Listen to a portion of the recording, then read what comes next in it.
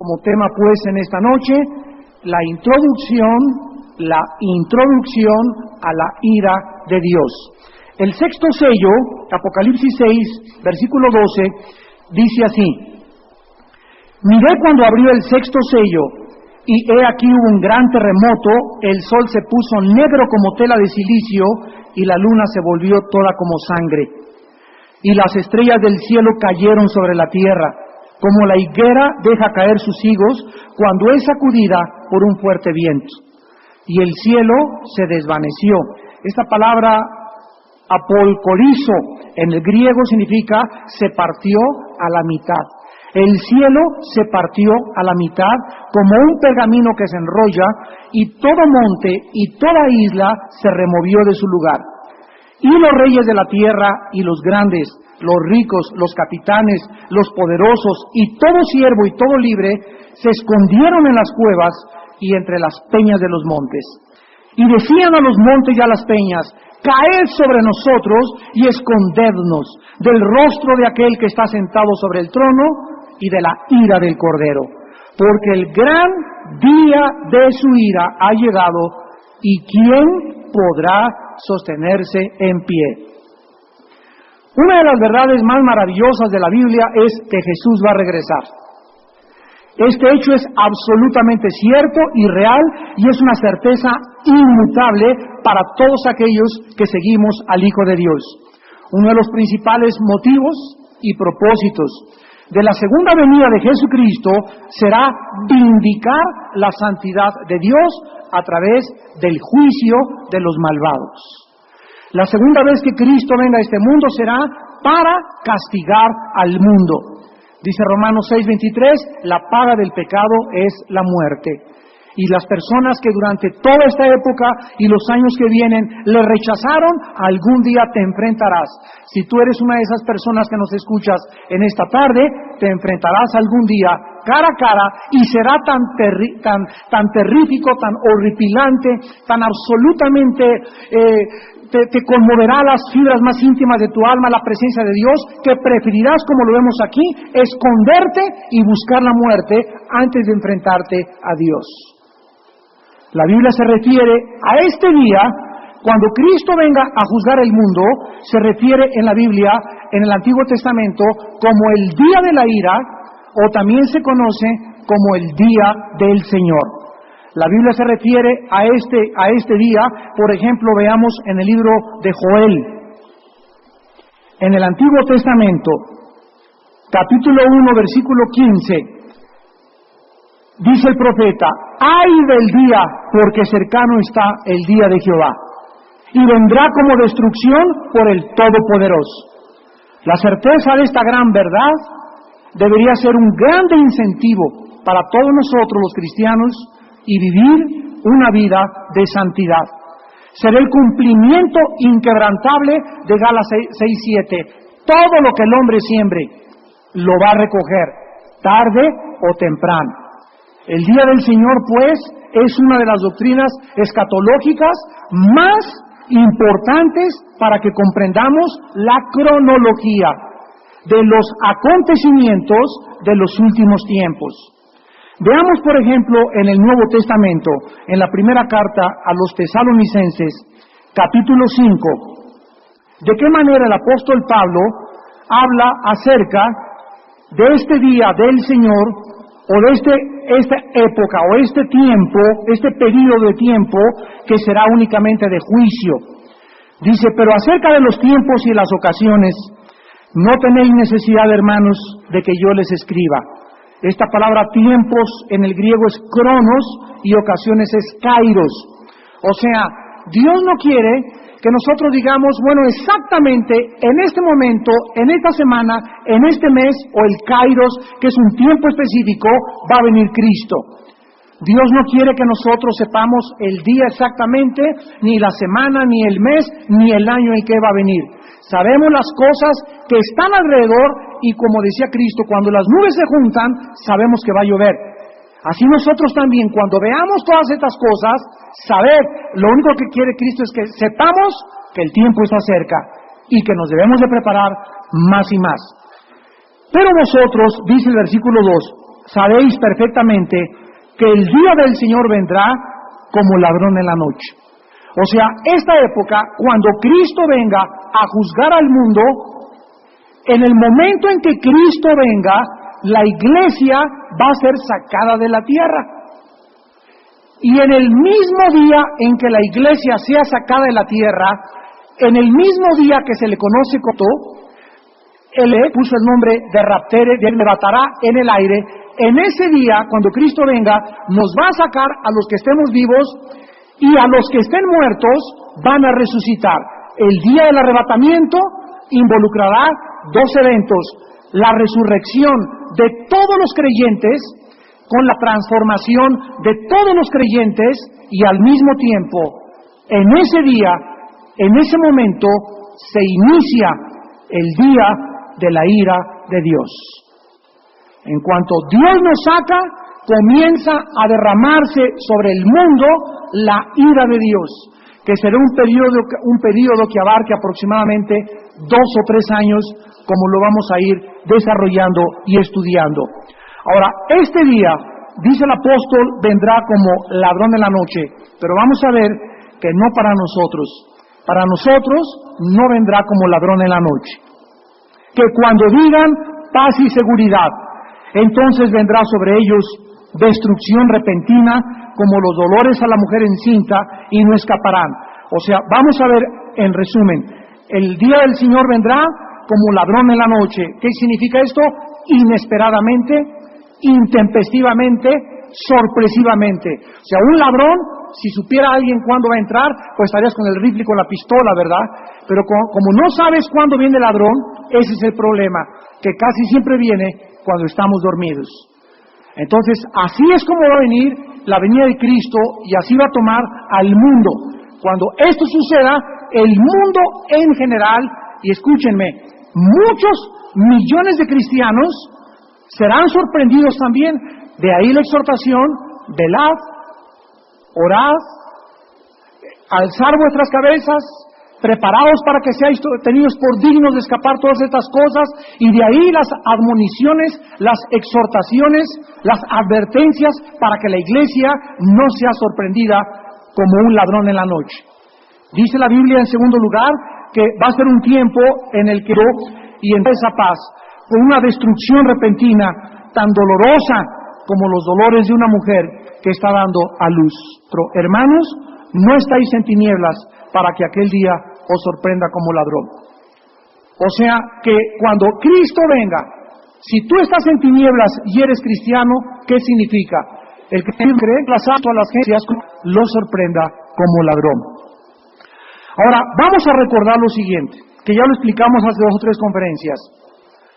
La tribulación, que se conoce como los 7 años de la semana 70 de Daniel, está compuesta por 3 años y medio que se conocen como la tribulación.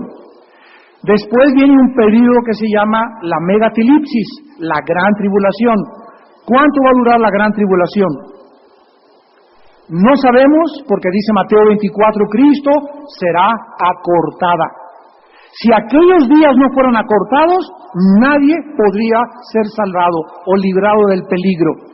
Entonces, la tribulación sabemos que va a durar 3 años y medio. La gran tribulación no sabemos. Y después de la gran tribulación, que la inicia el anticristo a través de la persecución de los cristianos, para que ya llegue a su límite, Dios saca a la iglesia después de la gran tribulación, y la iglesia es librada no de la tribulación ni de la gran tribulación. La iglesia es librada de la ira. Y llamarle a los 7 años de tribulación la ira de Dios es un error tremendo, porque si demostramos en esta noche cuándo comienza la ira de Dios, nos damos cuenta que el creer que vamos a ser sacados antes de los 7 años es un desconocimiento total de cuando comienza la ira de Dios, porque de acuerdo a Apocalipsis 6 comienza en el 6º sello. Y comienza con señales en el cielo, perturbaciones cósmicas en la luna y las estrellas, anunciando las perturbaciones cósmicas tanto en Mateo, Joel, Hechos, como lo vamos a ver, y Apocalipsis. Los cuatro, la misma secuencia tienen Joel, tiene Lucas, tiene Pedro, tiene Pablo y tiene Juan. La misma secuencia la vamos a ver en los cuatro libros. Primero es el anuncio de que viene el Señor con las perturbaciones cósmicas, después viene el arrebatamiento de la iglesia, después viene el juicio de Dios contra todo el mundo, y después vienen las bendiciones mileniales a todas las personas que van a poder entrar al reino de Jesucristo. Una vez que podemos demostrar cuándo comienza el día del Señor, el tiempo del rapto se va a aclarar. Entonces vamos a ver, por ejemplo, aquí primero en 1 Tesalonicenses 5, versículo 9, que el apóstol Pablo lo establece, porque no nos ha puesto Dios para ira. En el griego, orge. Dios no nos ha puesto para la ira, sino para alcanzar salvación. Esta palabra salvación no está hablando de la salvación de nuestras almas, está hablando de ser salvados del peligro. Nos ha puesto Dios para ser sacados, para ser salvados, para ser protegidos, para ser preservados del peligro. Un error es creer que siempre que aparece la palabra salvación se refiere a la salvación del alma, cuando no se refiere siempre a la salvación del alma de acuerdo al contexto en el cual se encuentra. Muy bien, vamos a ver entonces, primero en el Nuevo Testamento, en esta noche, que el día del Señor o el día de la ira es un término mencionado varias veces, en el Antiguo y en el Nuevo Testamento. Es uno de los términos, repito, más importantes para poder comprender las verdades proféticas. 8 profetas usan el término día del Señor 19 veces. 3 escritores del Nuevo Testamento, Lucas, Pablo y Pedro, usan el mismo término en 4 pasajes del Nuevo Testamento. Veámoslo en primer lugar. Esta es la única forma de estudiar la Biblia de forma sistemática, para que tengamos todo el material, podamos coleccionar todo el material, reunir todo el material y poder trazar entonces una doctrina, una hermenéutica bíblica. Dice Hechos capítulo 2. En Hechos capítulo 2, el apóstol Pedro, cuando la iglesia se inicia con el derramamiento del Espíritu Santo, usa el apóstol Pedro una profecía del profeta Joel. Y cuando el derramamiento del Espíritu Santo cae en el día de Pentecostés, el apóstol Pedro recurre, inspirado por Dios, a la profecía de Joel y cita la profecía de Joel en Hechos 2, del 17 al 21. Y en los postreros días, dice Dios, derramaré mi espíritu sobre toda carne. Noten ustedes, lo primero que observamos es que los postreros días, o sea, los últimos días, tuvieron su inicio cuando nació la iglesia. La iglesia ya había sido profetizada por Cristo, las puertas del Hades no prevalecerían contra la iglesia, pero la iglesia tuvo su nacimiento con el derramamiento del Espíritu Santo. Y al mismo tiempo, cuando el Espíritu Santo caía en Pentecostés, en ese día se iniciaban los postreros días. Ahí comenzaban los últimos días del plan de Dios o de la dispensación de Dios. En los postreros días, dice Dios, derramaré mi Espíritu Santo sobre toda carne, o sea, sobre judíos y sobre gentiles. Vuestros hijos y vuestras hijas profetizarán. En el Antiguo Testamento solamente los profetas tenían la autorización de profetizar. ¿Qué es profetizar? Hablar la palabra de Dios. Eso es profetizar. Si tú te paras y dices, así dice el Señor, no tú, ni así dice Paco, ni así dice Pedro, ni así dice Pancho Pistola, sino así dice el Señor, y citas o hablas la Biblia porque la has memorizado y estás diciendo lo que la Biblia dice, estás profetizando. Profetizar no es decir, dice el Señor, y hablar cosas de mi propio corazón, es decir, cosas que dice la Biblia, donde te pones de acuerdo que son verdad, y eso se llama profetizar. Y ahora lo pueden hacer los hombres y las mujeres. En el Antiguo Testamento no se podía.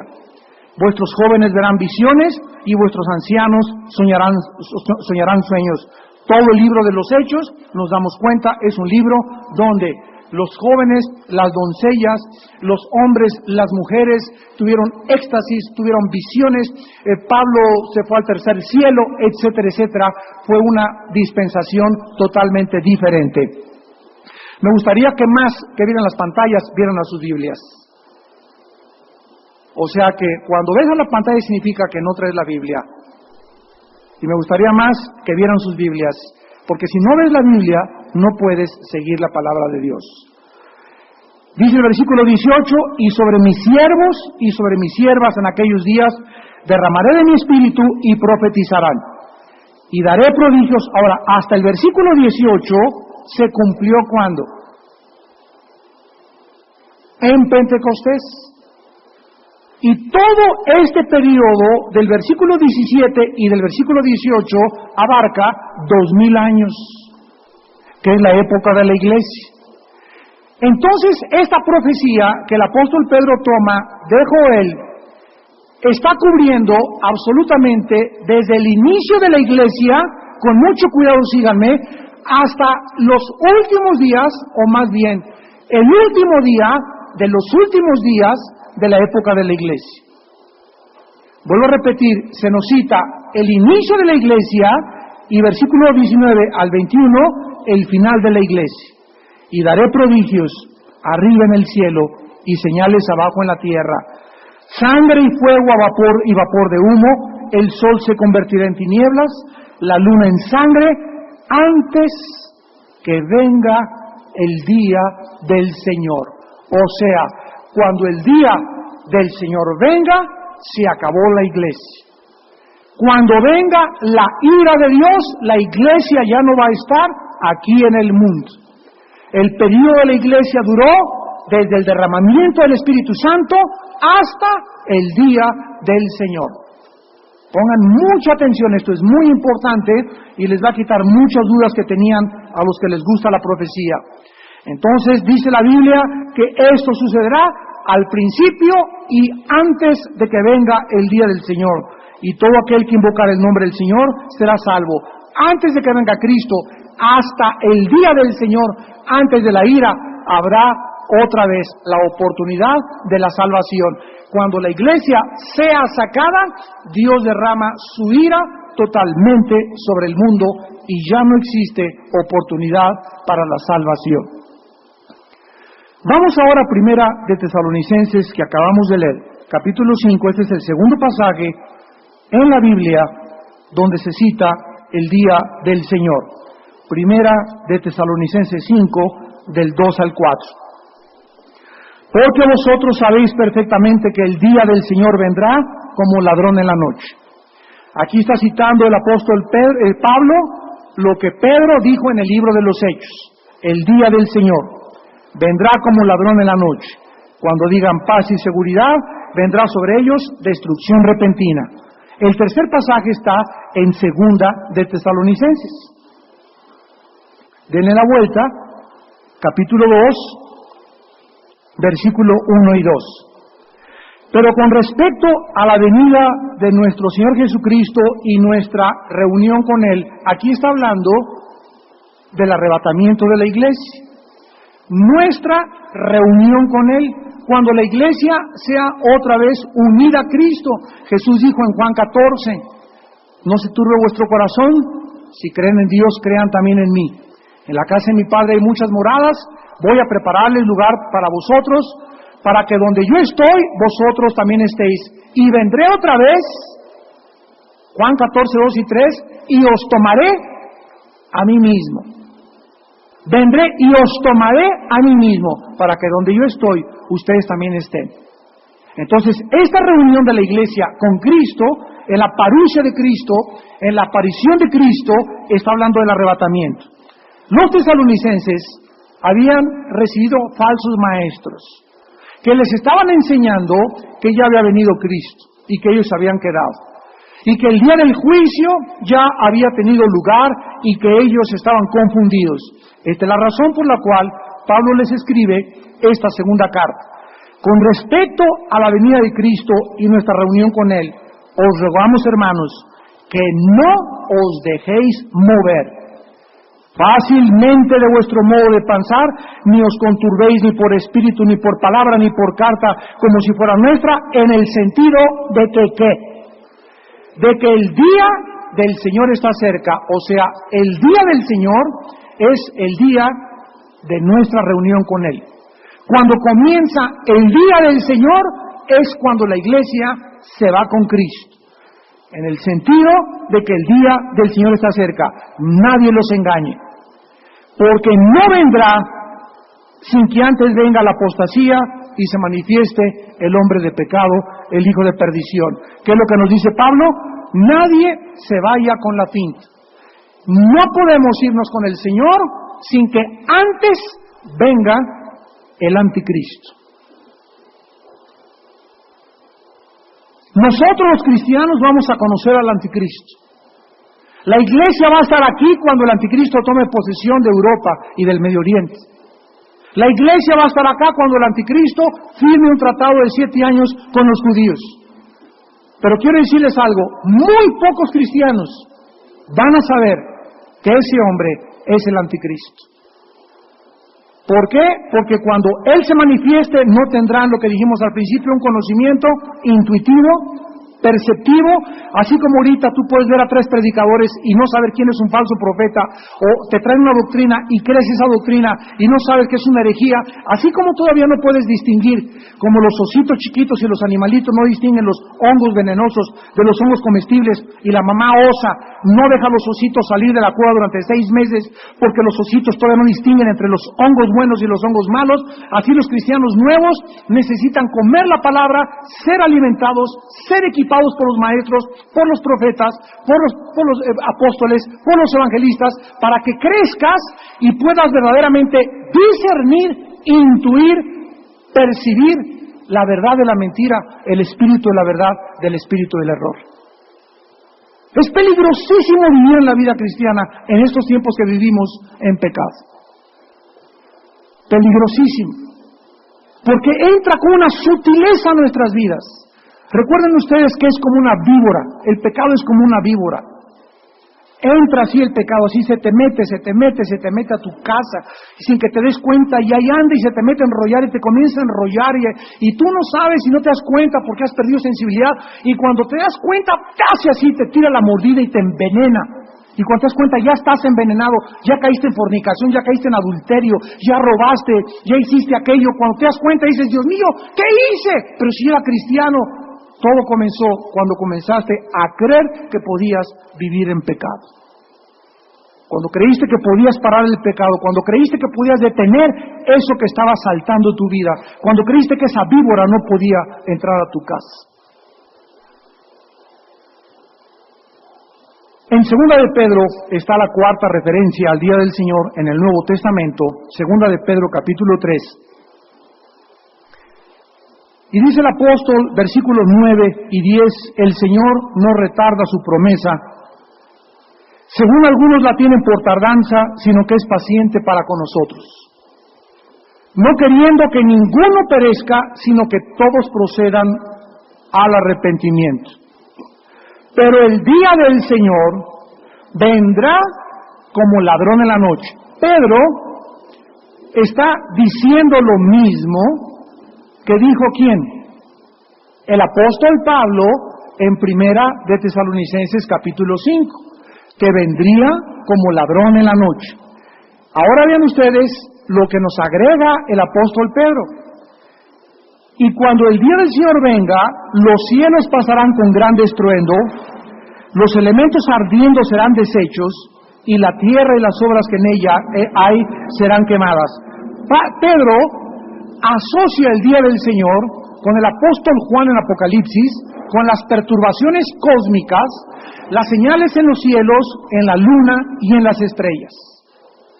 Entonces nos damos cuenta, al juntar todos estos 4 pasajes en el Nuevo Testamento, que el día del Señor o el día de la ira se inicia en el 6º sello. Y ahí es cuando nosotros, entre el 6º y el 7º sello, como lo vamos a ir desarrollando después, es cuando la iglesia es arrebatada.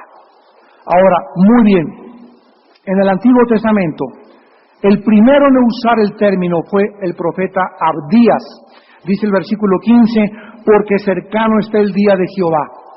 Sobre todas las naciones, como tú hiciste, se hará contigo, tu recompensa volverá sobre tu cabeza. Aquí se declara en el Antiguo Testamento que el día que Cristo venga, el día del Señor, cuando la ira de Dios comience a caer del cielo sobre la tierra, será dentro del contexto del juicio contra las naciones. Actualmente se calcula que ya pasan de 200 naciones, de acuerdo a las Naciones Unidas, que hay en el mundo, 190 y tantas naciones hay ya en el mundo, y cuando Cristo venga se va a cumplir el Salmo número 2, que dijeron las naciones, rompamos sus ligaduras, echemos de nosotros sus cuerdas, y van a comenzar los jefes de Estado a creer que no vamos a juntarnos, vamos a traer a los mejores economistas, vamos a reunirnos en las Naciones Unidas y vamos a discutir el problema de la deforestación, el problema del hambre, el problema de la pobreza, el problema de la inseguridad, y los seres humanos creen todavía que tienen la capacidad de ellos mismos darle solución a problemas que van mucho más allá de nuestra capacidad para resolverlos. Y así en México, y así en China, y en Venezuela, y en Brasil, y en Estados Unidos, la gente todavía sigue creyendo, es que si tuviéramos ese partido, México sí tendría un cambio. Es que si fuera ese gobernante otra persona, prosperaríamos. Y es la historia desde Caín y Abel. Maldito el hombre que confía en el hombre. Lo hemos repetido 1 y 3 veces, nuestra confianza es... ¿De dónde vendrá nuestro socorro? ¿Del PRD? ¿De dónde vendrá nuestro socorro? ¿Del PAN? ¿Del PRI? ¿De Convergencia? ¿Del PTM? ¿De los demócratas? ¿Los republicanos? Cada país, todas las personas que crean que es el partido el que va, o el Estado, a solucionar y a mejorar la condición humana, se equivocan por desconocer la naturaleza humana. La Biblia dice claramente que no habrá paz, no habrá seguridad, no habrá nada, irá de mal el peor el mundo hasta que Cristo regrese. Entonces nosotros sabemos que tenemos que orar por nuestros gobernantes, orar por todos los partidos, pero nunca pongas tu esperanza, ni te desilusiones de un partido, ni de un hombre, porque no es nuestra confianza en los seres humanos, es en el Dios que hizo los cielos y la tierra.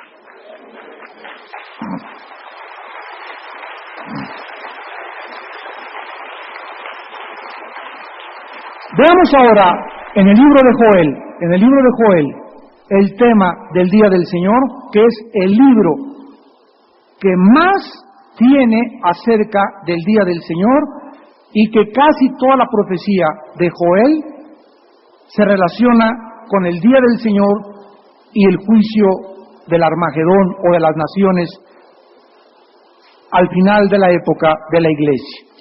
Dice Joel 1, versículo 15, ¡ay del día! Porque cercano está el día de Jehová, y vendrá como destrucción por el Todopoderoso. Joel capítulo 2, del 1 al 2. Tocad trompeta en Sión, y dad alarma en mi santo monte. Tiemblen todos los moradores de la tierra, porque viene el día de Jehová, porque está cercano. Día de tinieblas y de oscuridad, día de nube y de sombra, como sobre los montes se extiende el alba, así vendrá un pueblo grande y fuerte. Semejante a él no lo hubo jamás, ni después de él lo habrá en años de muchas generaciones. Este pueblo grande y fuerte, que está hablando el profeta Joel, que vendrá en el día del Señor, ¿de quién está hablando? En la 4ª y la 5ª trompeta de Apocalipsis 9, los demonios que salen del abismo y que comenzarán durante 5 meses a atormentar a los seres humanos. Se le llama un pueblo grande y fuerte, como no lo habrá en muchas generaciones. Joel, capítulo 2, versículo del 10 al 11. Delante de él temblará la tierra, se estremecerán los cielos, el sol y la luna se oscurecerán, y las estrellas retraerán su resplandor. Y Jehová dará su orden delante de su ejército, porque muy grande es su campamento, fuerte es el que ejecuta su orden, porque grande es el día de Jehová y muy terrible, ¿quién podrá soportarlo? Esto es lo mismo que Juan cita en Apocalipsis 6. ¿Quién podrá sostenerse en pie en el día de la ira del Señor? Joel capítulo 3, versículo del 1 al 3. Porque aquí en aquellos días y en aquel tiempo en que haré volver la cautividad de Judá y de Jerusalén, reuniré a todas las naciones y las haré descender al valle de Josafat. Observen algo. Antes de que se cumpliera el día del Señor, era imprescindible que Israel regresara a su tierra. ¿Cuándo se cumplió esta profecía? 11 de mayo de 1948. Después de la Segunda Guerra Mundial, cuando por primera vez, después de más de 2000 años, sin gobierno, sin territorio y sin una religión, los judíos del mundo entero regresaron por un voto de la Liga de las Naciones, que ahora son las Naciones Unidas, y se establecieron el 14 de mayo del 48 como el Estado libre y soberano del Estado de Israel. Ante los ojos del mundo incrédulo y escéptico pudieron ver que las profecías de la Biblia se cumplían al pie de la letra. Aquí está, Amós está profetizando 800 años antes de Cristo. 880 años antes de que los judíos en el año 70 después de Cristo fueran dispersos en el mundo entero, cuando los romanos llegaron y no dejaron piedra sobre piedra. Joel es muy claro. En aquel tiempo en que haré volver la cautividad de Jerusalén y de Judá, reuniré a las naciones en el valle de Josafat. Allí entraré en juicio con ellas a causa de mi pueblo y de Israel, mi heredad, a quien ellas se esparcieron entre las naciones. ¿Y qué dice? Repartieron mi tierra. ¿Qué está pasando ahorita en Israel? 2800 años después, están repartiendo la tierra. ¿Por qué es el juicio de Dios contra las naciones? Por causa del trato que las naciones le dieron a su pueblo Israel. Dios, desde Génesis 12, 2 y 3, le dijo a Abraham: los que te bendigan, los voy a bendecir, y los que te maldigan, los voy a maldecir. Y vemos en la historia cómo todas las naciones que han sido antisemitas y que han perseguido a los judíos no se han escapado del juicio de Dios. ¿Sabían ustedes que cuando los judíos iban a regresar en el 48 a la tierra, México no votó a su favor? Ni Colombia, ni Chile, ni Cuba. Fueron las 4 naciones de Iberoamérica que votaron en contra de que los judíos regresaran en el 48 a su tierra. La Biblia nos muestra que estas profecías se seguirán cumpliendo. La repartición de la tierra actualmente, ¿por qué se está llevando en Israel? Porque los judíos creen que si les dan tierra a los palestinos, lograrán la paz en la tierra de Israel. Pero cuando los judíos les sigan entregando la tierra a los palestinos, y cuando les devuelvan las colinas del Golán al norte de Israel, al norte del mar de Galilea, la frontera con Siria, y ya tienen ahorita la franja de Gaza, el Banco Oriental, casi todo Judea, la parte en medio, y les den más tierra para que construyan el, entre comillas, Estado palestino, Israel ha firmado un pacto con la muerte.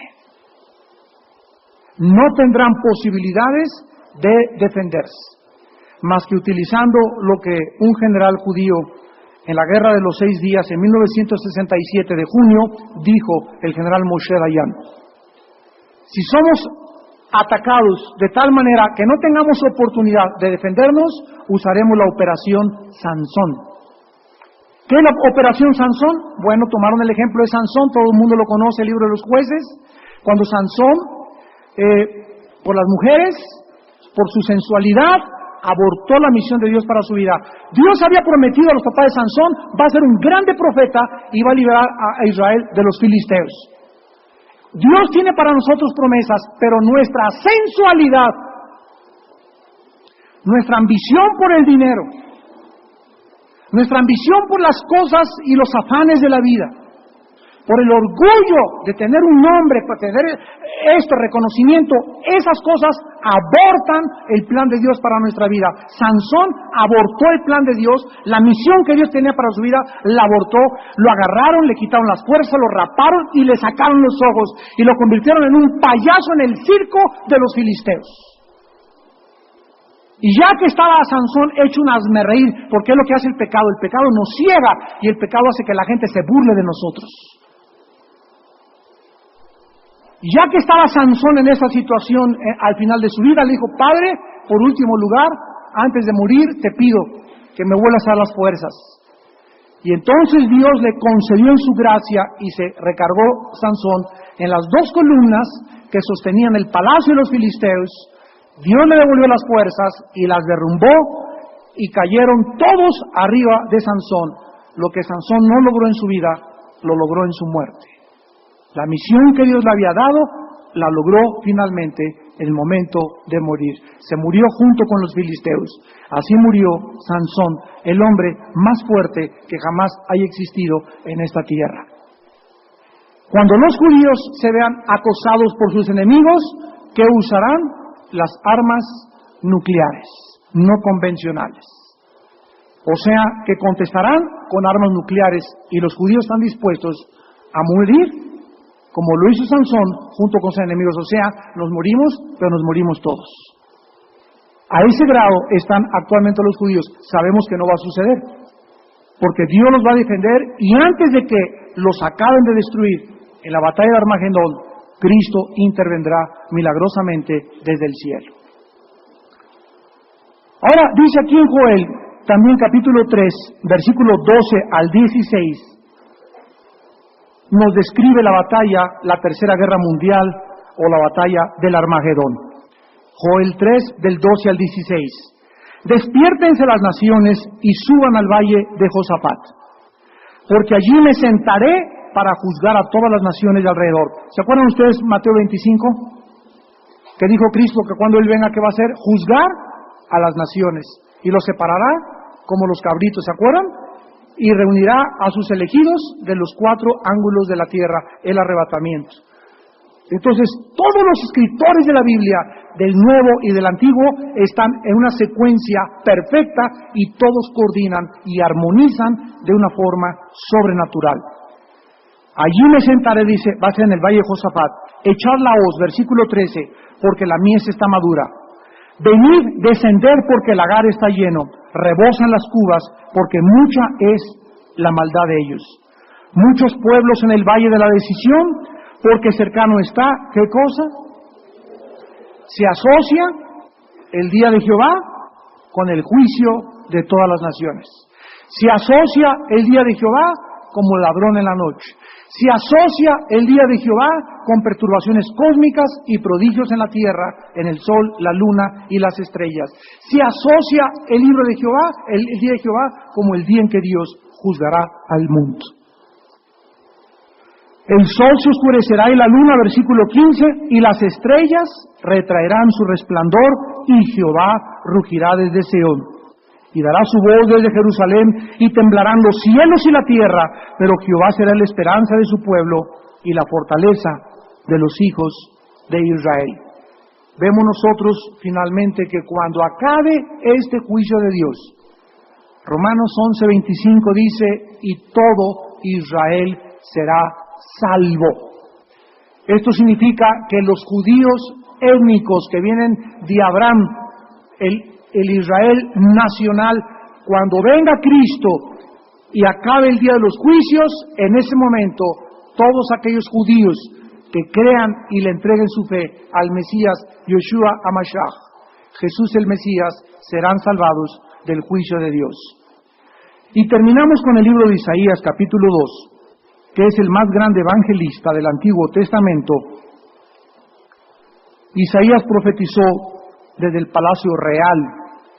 Isaías fue el profeta más rico en el Antiguo Testamento. Casi todos los profetas eran pobres, al igual que Pablo. Pablo en contraste con todos los apóstoles de Cristo que eran pescadores que con trabajo se ponían los calcetines o sabían escribir o leer.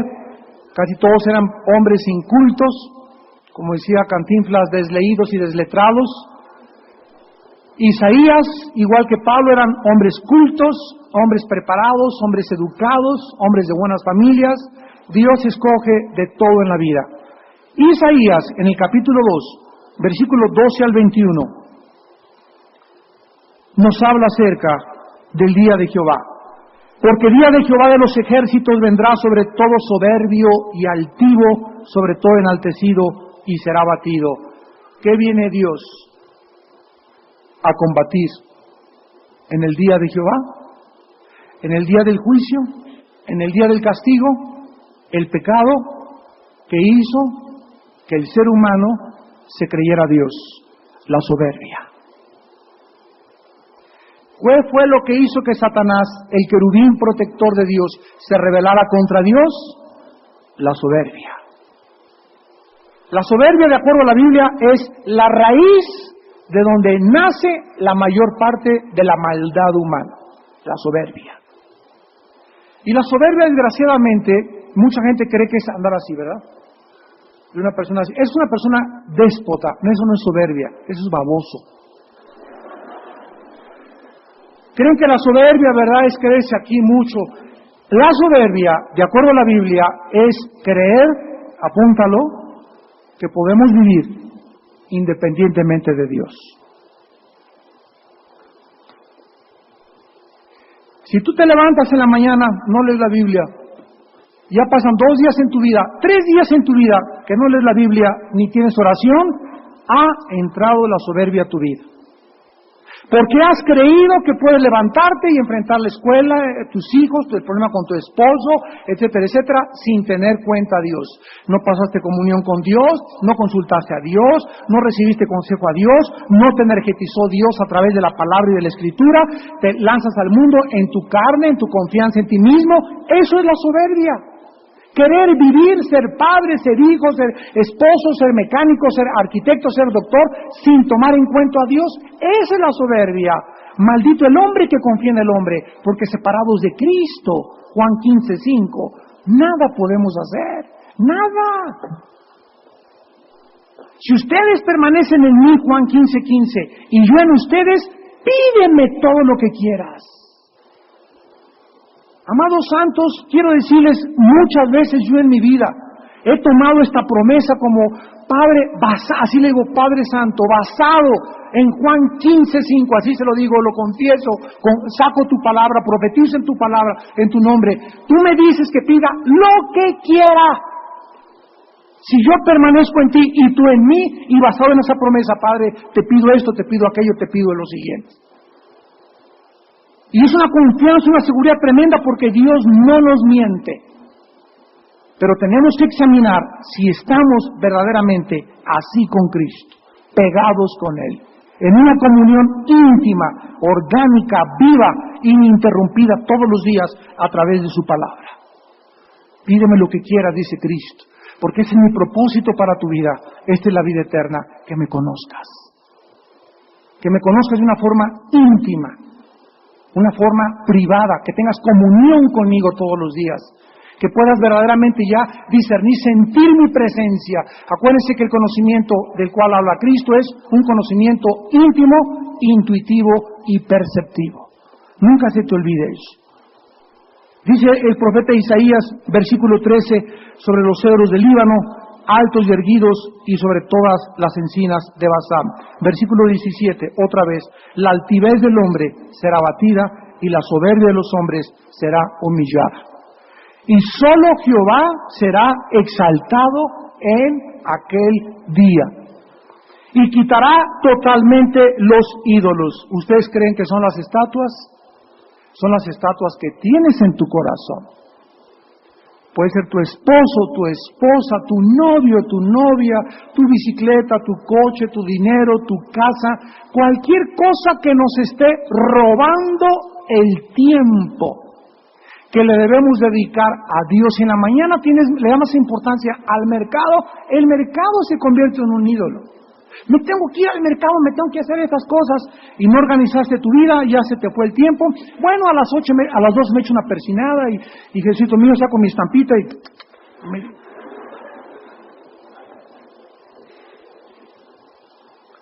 Versículo 19, y se meterán en las cavernas de las peñas y en las aperturas de la tierra por la presencia temible de Jehová y por el resplandor de su majestad cuando Él se levante para castigar la tierra. Vemos que el profeta Isaías describe lo mismo que Apocalipsis 6 del 12 al 19 que estamos estudiando. Se esconderán en las peñas, la gente no podrá soportar el resplandor porque primero va a haber una oscuridad tremenda y entonces la oscuridad del universo será iluminada, pero no por la luna, ni por el sol, ni por lámparas eléctricas, sino por la presencia de Dios. ¿Se imaginan ustedes? La pura presencia de Cristo en el aire iluminará el planeta del oeste del este al oeste, del occidente al oriente, y todo el planeta verá esa luz que será una luz sobrenatural, y la gente por primera vez dirá: Dios mío, como decían en mi tierra, ¡achirrión! ¡Ah, caray! Era verdad, Dios existe y aquí está, y tu maldad y tu pecado y tu rebelión hará, Dios, es que no puedo soportar como Adán se escondió cuando pecó, querrás esconderte, no, Dios mío, prefiero morir, no quiero morir antes de que enfrente la realidad, porque será tan grande y tan impactante su presencia que los hombres buscarán la muerte.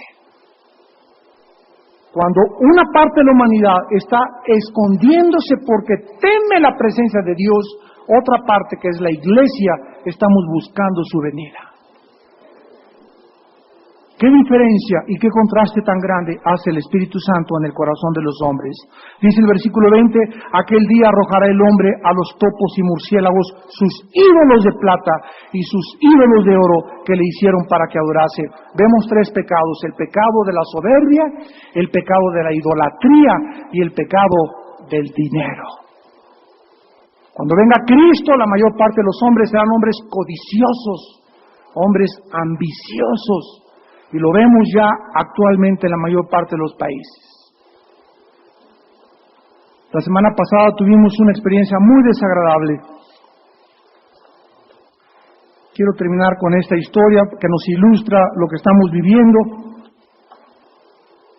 Y llegó una persona que yo conocí hace mucho tiempo, me reservo su nombre, y me dijo: Armando, fíjate que el Señor me dijo que tú necesitabas $1 millón para comprar este lugar. Le dije: sí, así es efectivamente. Pues fíjate que me sacó una carta que aquí me traen, que me mandó un judío, que esta carta dice que heredó $325 millones, y que si ahorita le doy $3 millones yo, Él nos devuelve 2 veces más y te doy el $1 millón que tú necesitas, pero tú necesitas darme ahorita $150,000. Y le dije: oye, en primer lugar, ¿sabes qué? Me suena muy disparatado todo esto, y esta historia ya sucedió en Guadalajara. En Guadalajara llegaron con los pastores y les dijeron que un hombre, una mina de oro en San Francisco, que necesitaba invertir, que si le mandaban, les iba a triplicar. Todos los líderes y todos los cristianos ambiciosos y codiciosos caerán en estas trampas. Le dije: mira, no tengo para darte, porque además lo que tenemos es para que compremos este edificio. Y me dijo: pues pídele a la iglesia para que me lo den. Le dije: mira, si le pido a mi iglesia, no es para ti, sino para lo que ellos, el techo y el restaurante donde les damos de comer, que es aquí este edificio. Aquí es donde comen las ovejas. Entonces, cuando oí estas cosas de esta persona que me estaba planteando este asunto, mi corazón se hizo así como: pásaseme, me apesadumbré, y me sentí triste, me sentí, bueno, Dios mío, ¿qué está pasando en el mundo cristiano? ¿Cómo pueden haber tantos cristianos que no puedan discernir estos, ahora sí que, chorizos y marihuanadas? Dame esto y te doy aquello. ¿Cómo no?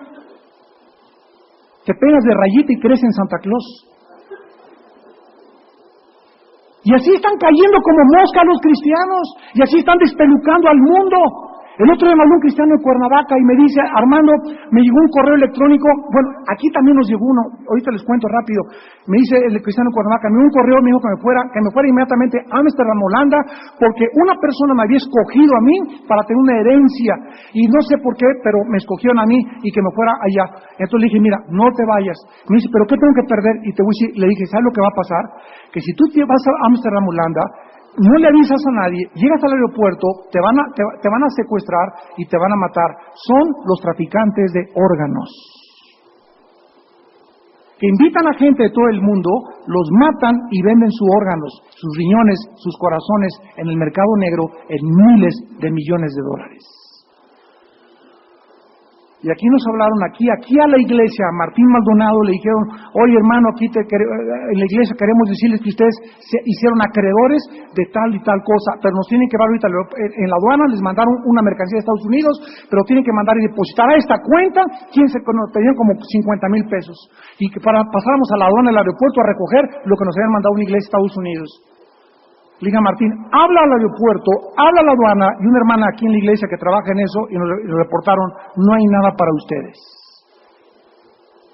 ¿Qué tal si hubiéramos depositado ese dinero, verdad? Así está, cada vez crece la maldad para hacer dinero de la gente. Cuídate, cuídense. No caigan tan fácilmente en las trampas. El diablo está, pero ¿quiénes son los que caen? Los que codician y quieren, o se dicen, ¿y qué tal si es cierto? Y ahí caes en la trampa. 1 Timoteo 6:10, raíz de todos los males es el amor al dinero, el cual codiciando algunos se extraviaron de la fe y fueron traspasados por muchos dolores y se hundieron en destrucción y en perdición que llevan a los hombres lejos del Señor. Cristo en la parábola del sembrador, Marcos 4, lo dijo también, pero los afanes del mundo y el deseo de las cosas de la vida harán que muchos ahoguen la palabra en su corazón. Hermanos, vivimos tiempos peligrosos. Examina tu corazón y dice el Señor que nada nos faltará, que en lugares delicados pastos nos hará descansar. Que si tú buscas su reino, Él te dará todo lo que tú necesitas por añadidura. No necesitas pedir prestado, no necesitas andar cayendo en trampas ni en tranzas, porque cuando comenzamos a caer en estas cosas es cuando es un síntoma de que su juicio está sobre nuestra vida. Oremos. Señor, te damos gracias porque tu palabra lo dice. Sabe Dios librar de las pruebas y de las tentaciones a los piadosos. A los piadosos. ¿Quién es una persona piadosa? Una persona que vive cerca de Dios. Esa es una persona, de acuerdo a la Biblia, piadosa. Es el misterio de la piedad. Es un misterio porque es maravilloso saber que al tener comunión con Dios, hay algo invisible y sobrenatural que nos cuide y nos protege del mal. Padre Santo que estás en el cielo, líbranos del mal. Y tú nos contestas, vive cerca de mí, y esa oración tendrá efecto en tu vida, en tu familia y en tu trabajo. Pero siempre que nos apartamos de Dios, no nos puede ir bien en la vida. La Biblia dice, duro es el camino de los transgresores. Me llamarás y no responderé, me buscarás de mañana y no te contestaré. Porque amaste más la vanidad, creíste que lejos de mí podías hacer dinero, perdiste tu confianza en mí, comenzaste a hacer tranzas para sobrevivir, negocios ilícitos, pedir créditos, pedir prestado, y todo porque no tuviste la paciencia, dice el Señor en esta noche, de esperar que yo te lo diera en mi tiempo. Oh Dios, cuánto necesitamos ser pacientes hasta tu venida, soportar y tolerarnos unos a otros, soportar y tolerar las circunstancias que nos aprietan y que nos empujan y nos mueven a salirnos de tus caminos, a buscar ayuda en Egipto, en el mundo y no en ti, a buscar consejo del faraón y no de tu Espíritu Santo. Oh Dios, protégenos en estos tiempos que vivimos y recuérdanos que nada ni nada nos puede faltar en la vida al que vive cerca del Señor. Viejo fui, dijo David, y no he visto jamás un justo desamparado. Nunca he visto un justo desamparado, ni su descendencia que sean limosneros. Bendito seas, Padre, porque nosotros y nuestra semilla será bendita. Lo confesamos y lo creemos. En lugares de delicados pastos nos hará descansar. Y aunque atravesemos valles de sombras y de muerte, no tendremos miedo de la vida, ni de las presiones de la vida, porque tú estarás con nosotros. Bendícenos esta noche, Señor, con la paz que solamente puede venir de tu palabra y de tu Espíritu y de Jesucristo tu Hijo. Y recuérdanos que vienes pronto, por un pueblo santo y sin mancha. En el nombre de Jesús. Amén.